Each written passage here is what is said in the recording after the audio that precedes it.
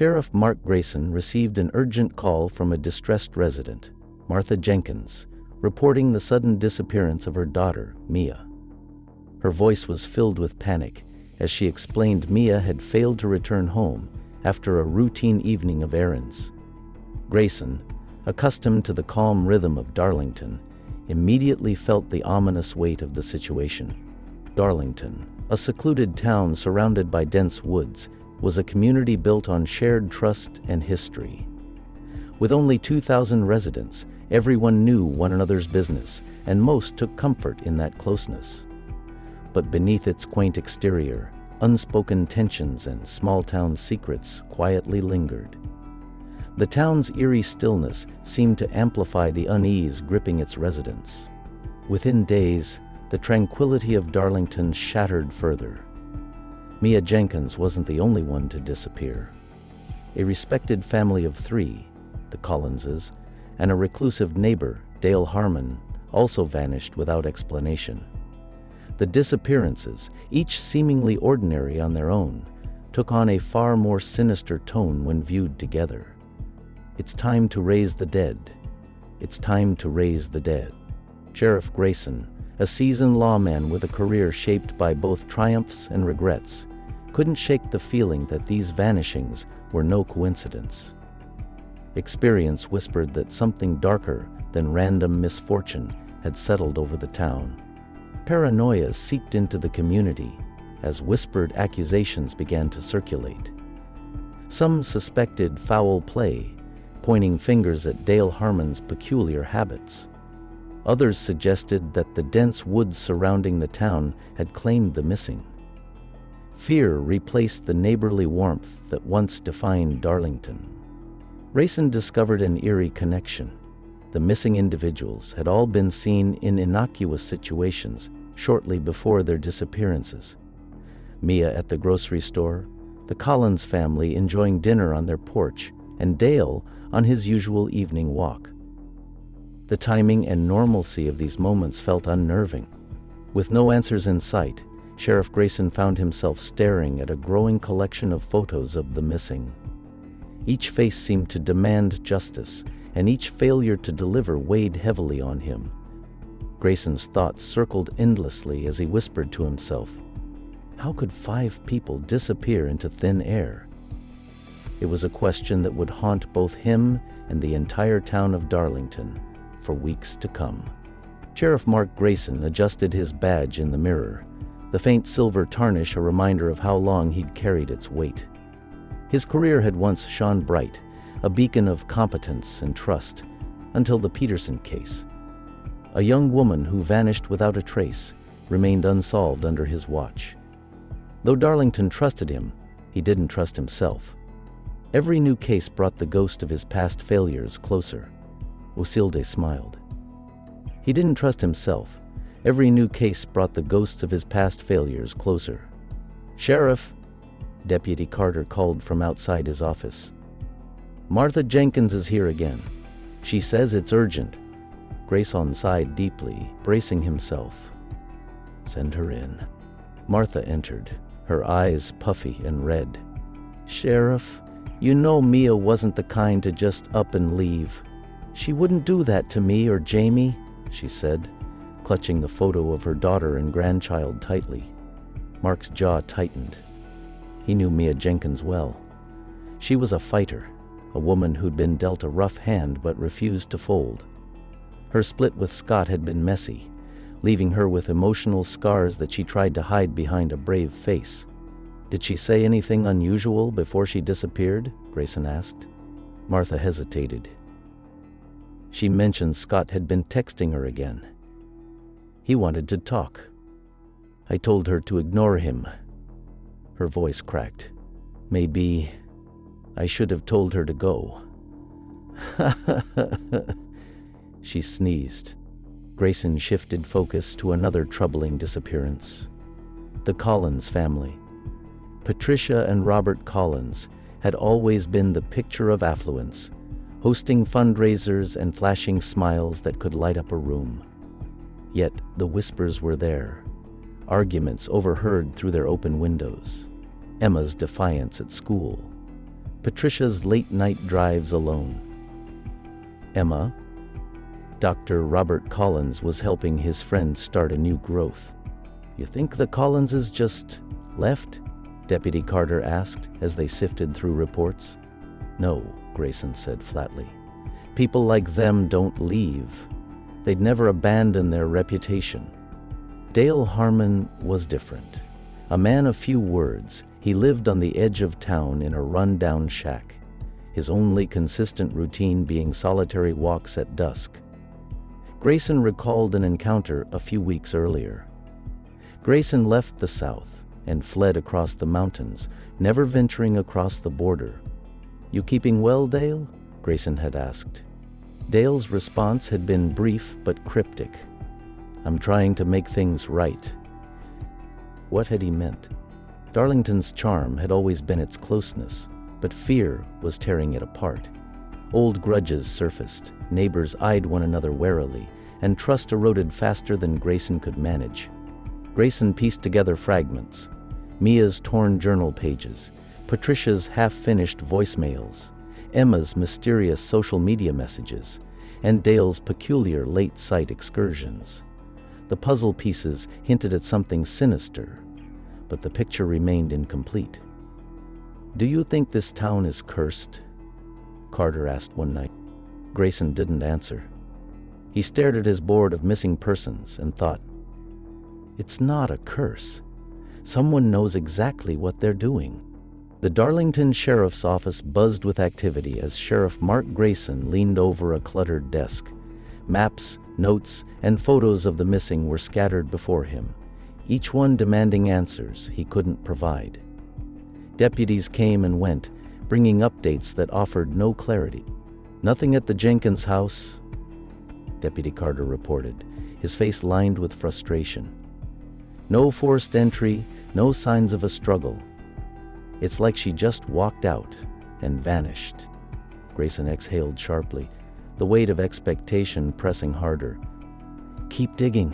Someone must have seen something." Days passed, and the investigation felt like chasing shadows. No ransom notes, no evidence, no motive. It was as if the missing had been erased from existence. Grayson's gut told him this wasn't random, but the lack of leads left him second-guessing. "You think it's a serial abduction?" Carter asked during a late-night briefing. Grayson shook his head. "Too neat for that. Whoever did this is careful, too careful." Whispers filled Darlington's streets like smoke. Theories ran wild. "I saw Dale Harmon walking near the Collins place last week," one resident confided to another at the diner. "You know how strange he is, always muttering to himself." Others blamed the supernatural, claiming the dense woods held dark secrets. Grayson heard the chatter and slammed his office door shut. He couldn't let hysteria derail the investigation. Yet, he couldn't shake the gnawing feeling that the town's paranoia wasn't entirely misplaced. At Mia Jenkins' home, Grayson sifted through her belongings. Her phone had been retrieved from her car, left parked outside the grocery store. Among her final texts was one that froze him. "I know what you did." Grayson frowned, rereading it. "Who was this meant for?" he muttered. Carter peered over his shoulder. "Could be Scott." Grayson nodded. "Or someone else entirely." A neighbor's statement provided a chilling lead. "I heard them yelling," Mrs. Harlan said. "It was Patricia and Robert.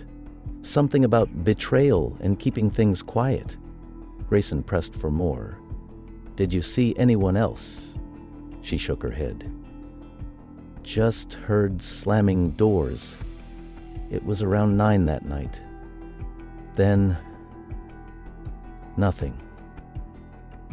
Reports surfaced of Dale Harmon burning something in his yard a week before his disappearance. "Did you ask what it was?" Grayson questioned the neighbor who reported it. "I did," the man replied nervously.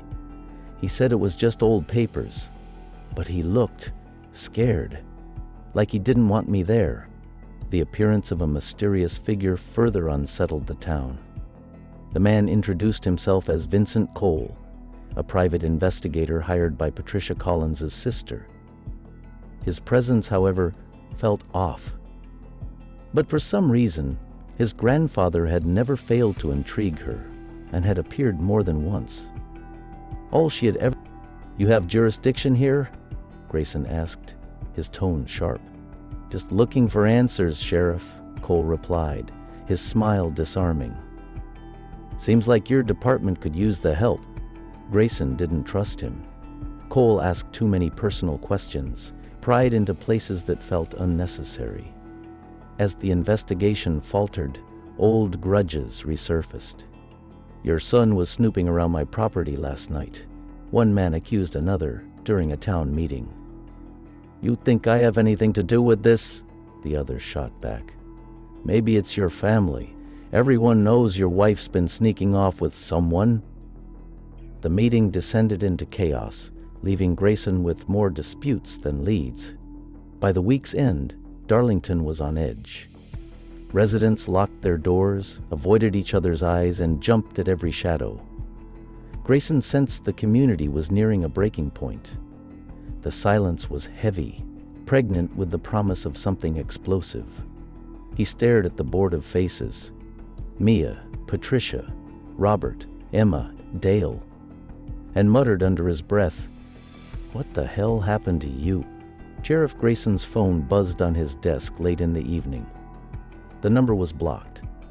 He hesitated, then answered. Having seen the bloody nightmare, he would find the killer. "Sheriff Grayson," he said, his voice stern. "Extra." Muffled voice came through the line, barely above a whisper. "You'll find what you're looking for at the old Whitlock cabin. But be careful. It's not what you think." "Who is this?" Grayson demanded, but the line went dead. Grayson stared at the phone, a knot tightening in his stomach. Whitlock cabin. He hadn't thought of that place in years. Grayson stepped into the dilapidated structure, his flashlight cutting through the suffocating darkness. The air smelled of mildew and decay. His boots crunched on broken glass as he scanned the room. On a makeshift table in the corner, he spotted a pile of Polaroid photos. He flipped through them, his pulse quickening. Mia laughing with her son. Patricia and Robert walking arm in arm. Emma sitting alone on the high school bleachers. Dale staring blankly at the woods. Each photo felt invasive, like a glimpse into moments that should have been private. Someone had been watching them all. Beside the photos lay a battered journal, its cover worn and stained. Grayson opened it, carefully turning the fragile pages. The handwriting was erratic, filled with phrases that sent chills down his spine. The handwriting was real enough to suspend disbelief, and Lansing felt tortured again. They will pay for what they've done. Justice is blind, but I will see. Redemption must be earned through sacrifice. Grayson frowned. Was Dale seeking justice, or had he been dragged into someone else's twisted game? As he moved deeper into the cabin, his flashlight caught something dark and smeared on the floor. Blood. His breath hitched. It wasn't fresh, but there was enough to suggest violence had occurred. Yet, there were no bodies, no signs of a struggle, just this haunting stain that hinted at unimaginable horrors. He crouched, running a gloved finger along the edge of the dried crimson. "Where are they?" he whispered. Grayson returned to his office, where Vincent Cole sat waiting. The so-called private investigator leaned back in his chair, smirking. "You've been busy," Grayson said, throwing the journal onto the desk. Cole's smirk faltered. "I don't know what you're implying." "Cut the act. You've been playing this town, feeding their fears to cover your own tracks. What are you hiding?" Cole's eyes darkened. "You're out of your depth, Sheriff. This town's secrets go deeper than you can imagine." Before Grayson could respond, Cole lunged for the door. Grayson drew his gun. "Stop!" Grayson barked. Cole froze, then slowly turned, raising his hands.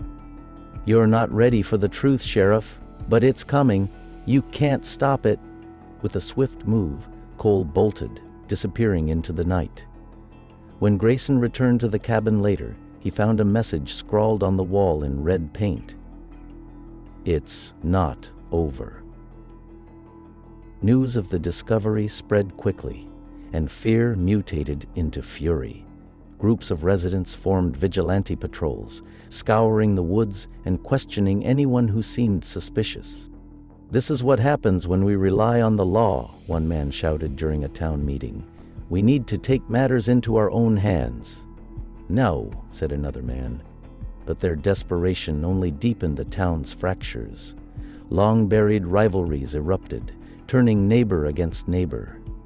Grayson turned his focus to Scott Jenkins, Mia's ex-husband. He found him nursing a beer at a dingy bar on the edge of town. "Scott, I need answers," Grayson said, sliding into the seat across from him. Scott looked up, his face drawn. "I didn't do anything." "Then explain why you were stalking Mia." Scott sighed heavily. "I followed her that night, okay? I wanted to talk, but she got in her car and drove off. I didn't hurt her, I swear." Grayson studied him, searching for cracks in his story. Scott's guilt was palpable, but whether it was for stalking or something worse, Grayson couldn't yet tell. Darlington had become a ghost of its former self. The once friendly greetings at the local diner were replaced with suspicious glances, conversations ending abruptly when someone new walked in.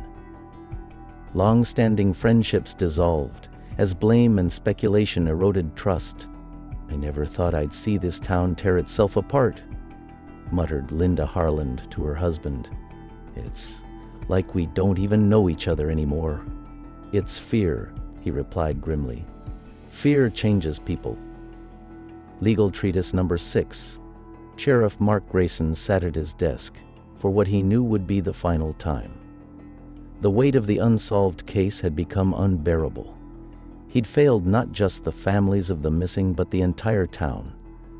There were mass murders happening again, and the number of victims was growing day by day. And Deputy Carter watched him pack up his belongings. "You don't have to do this, Mark," he said quietly. Grayson shook his head.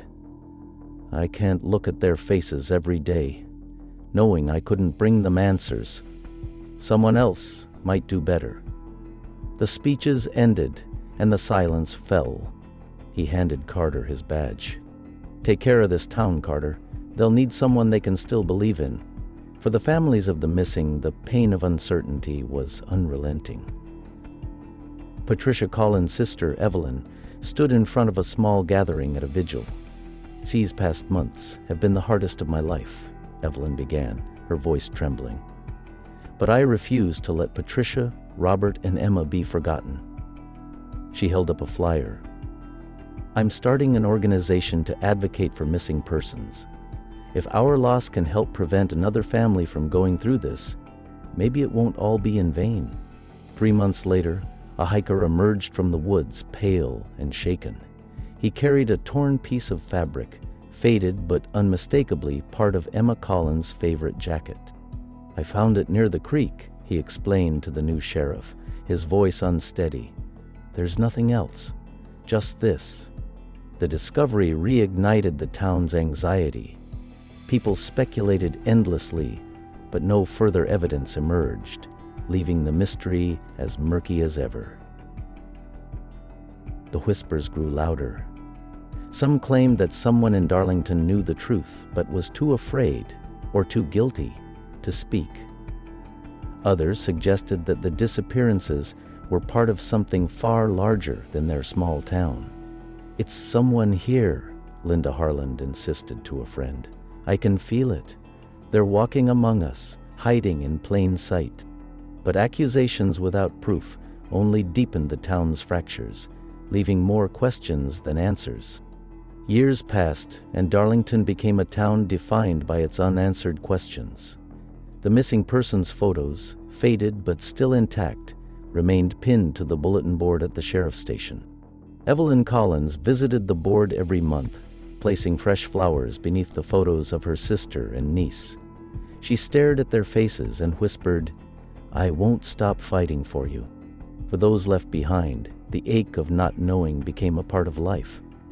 Some sought solace in faith, others in advocacy, and many simply tried to move forward. But one question remained etched into the soul of Darlington. Could there ever be justice for the missing, or was closure the best they could hope for? Darlington, once defined by its shared warmth and familiarity, had become a town divided by suspicion. The comfort of knowing everyone had dissolved into distrust, each neighbor questioning the other's integrity. Conversations were clipped, glances avoided, and gatherings a distant memory.